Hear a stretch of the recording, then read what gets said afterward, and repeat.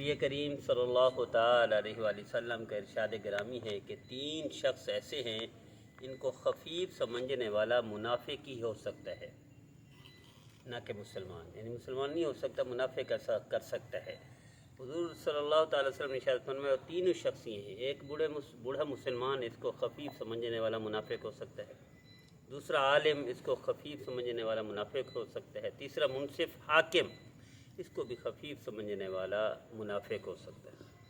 بعض روایت میں نبی کریم صلی اللہ علیہ وسلم کا ارشاد نقل کیا گیا ہے کہ مجھے اپنی امت پر سب سے زیادہ 3 چیزوں کا خوف ہے۔ ایک یہ کہ ان پر دنیاوی فتوحات زیادہ ہونے لگیں جس کی وجہ سے ایک دوسرے سے حسد پیدا ہونے لگے، دوسرے کہ قرآن شریف آپس میں اس قدر عام ہو جائے کہ ہر شخص اس کا مطلب سمجھنے کی کوشش کرے، حالانکہ اس کے معنی اور مطالب بہت سے ایسے بھی ہیں کہ جن کو اللہ تعالیٰ کے سوا کوئی نہیں سمجھ سکتا، اور جو لوگ علم میں پختہ کار ہیں وہ بھی یوں کہتے ہیں کہ ہم اس پر یقین رکھتے ہیں کہ سب ہمارے پروردگار کی طرف سے ہے، یعنی علم میں پختہ کار لوگ بھی تصدیق کے سوا آگے بڑھنے کی جرات نہیں کرتے، تو پھر عوام کو چوں چراں کا کیا حق حاصل ہے؟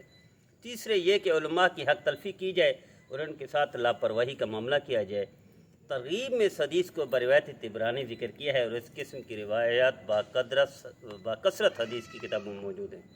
جس قسم کے الفاظ اس زمانے میں علماء کرام اور علوم دینہ کے متعلق اکثر استعمال ہو جاتے ہیں، فتاوی عالمگیرہ میں ان میں سے اکثر الفاظ کو الفاظ کفریہ میں شمار کیا گیا ہے، مگر لوگ اپنی ناواقفیت سے اس حکم سے غافل ہیں، اس لیے نہایت ضروری ہے کہ اس قسم کے الفاظ بالعموم استعمال کرنے میں بہت زیادہ احتیاط کی جائے۔ بالفرض اگر مان بھی لیا جائے کہ علماء حقانی کا اس وقت وجود ہی نہیں رہا، تو سب جماعتیں جن پر علماء کا اطلاق کیا جاتا ہے علماء سو ہی ہے، تب بھی آپ حضرات کو صرف علماء کو علماء سو کہنے سے سبق دوشی نہیں ہو سکتی، بلکہ ایسی حالت میں تمام دنیا پر یہ فرض عائد ہو جاتا ہے کہ علماء حقانی کی ایک جماعت پیدا کی جائے، ان کو علم سکھائے، جیسے علماء کو وجود فرض کفایہ ہے۔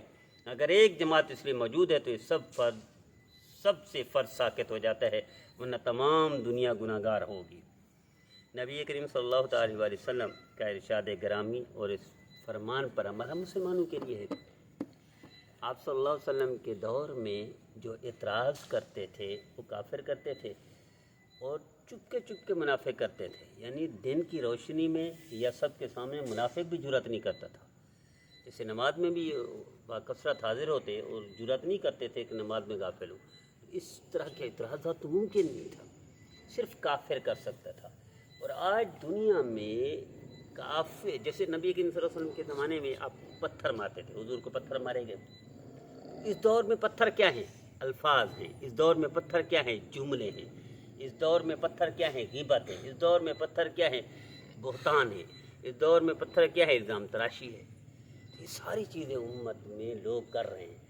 ہماری ذمہ داری یہی ہے کہ ہم لوگوں کی اصلاح و تربیت میں کردار ادا کریں۔ نبی کریم صلی اللہ علیہ وسلم کا سب سے بنیادی بڑی جو صفات ہے وہ تربیت ہے۔ کیا آپ اندازہ کریں، چھوٹی چھوٹی باتوں پر 50 سال لڑائی کرنے والی قوموں کی آپ نے ایسی اصلاح و تربیت کر دی کہ اللہ کو فخر سے کہنا پڑا میں ان سے راضی ہو گیا، اللہ کو فخر سے کہنا پڑ گیا کہ میں سب کو جنت دیتا ہوں، اللہ کو اعلان کرنا پڑ گیا کہ سارے جنتی ہیں اور سارے کامیاب ہیں، سارے یہی وہ ہیں جو مجھے پیارے ہیں۔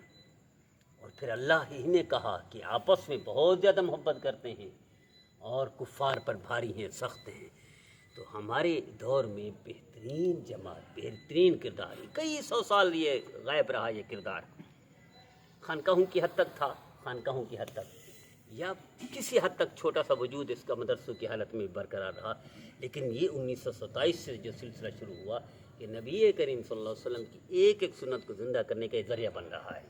تو ہمیں چاہیے نہ صرف یہ کہ ہم خود ان کے ساتھ تعاون کریں، بلکہ اس میں کلیدی کردار ادا کریں، ورنہ مر جائیں گے۔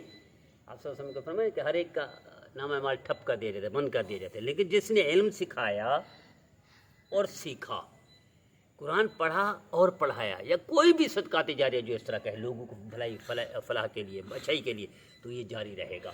امام سیوطی رحمۃ اللہ علیہ نے 10 کام لکھے ہیں، 10 کام یہ جاری رہیں گے مرنے کے بعد، ان میں یہ تبلیغ بھی ہے۔ دیکھیں مولانا الیاس رحمۃ اللہ کب فوت ہوں گے؟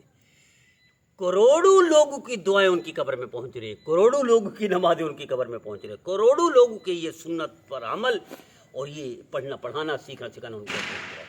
تو کتنی بڑی سعادت ہے، کتنی بڑی خوش بختی۔ اسی قافلے میں ہم شامل ہو جائیں گے تو ان کا فائدہ تو ہے سو ہے، ہمارا بھی فائدہ ہو جائے گا، یہی بات لگ رہی ہے۔ اللہ ہم سب کو اس کے لیے ذریعہ بنائے، اس کے لیے کردار ادا کرنے کی توفیق عطا فرمائے، نبی کریم صلی اللہ علیہ وسلم کی ایک ایک فرمان پر مر مٹنے کی، خود عمل کرنے دوسروں کو کرانے کی توفیق عطا فرمائے۔ سبحان ربی العلی الوہاب، الحمد للہ رب العالمین، والعاقبۃ للمتقین، والصلاۃ والسلام علی رسولہ محمد وآلہ وأصحابہ آمین اجمعین۔ اللہ تعالی ان محمد ما هو اہلہ، صلی اللہ تعالی خیر خلقہ محمد وآلہ وأصحابہ آمین اجمعین برحمتک یا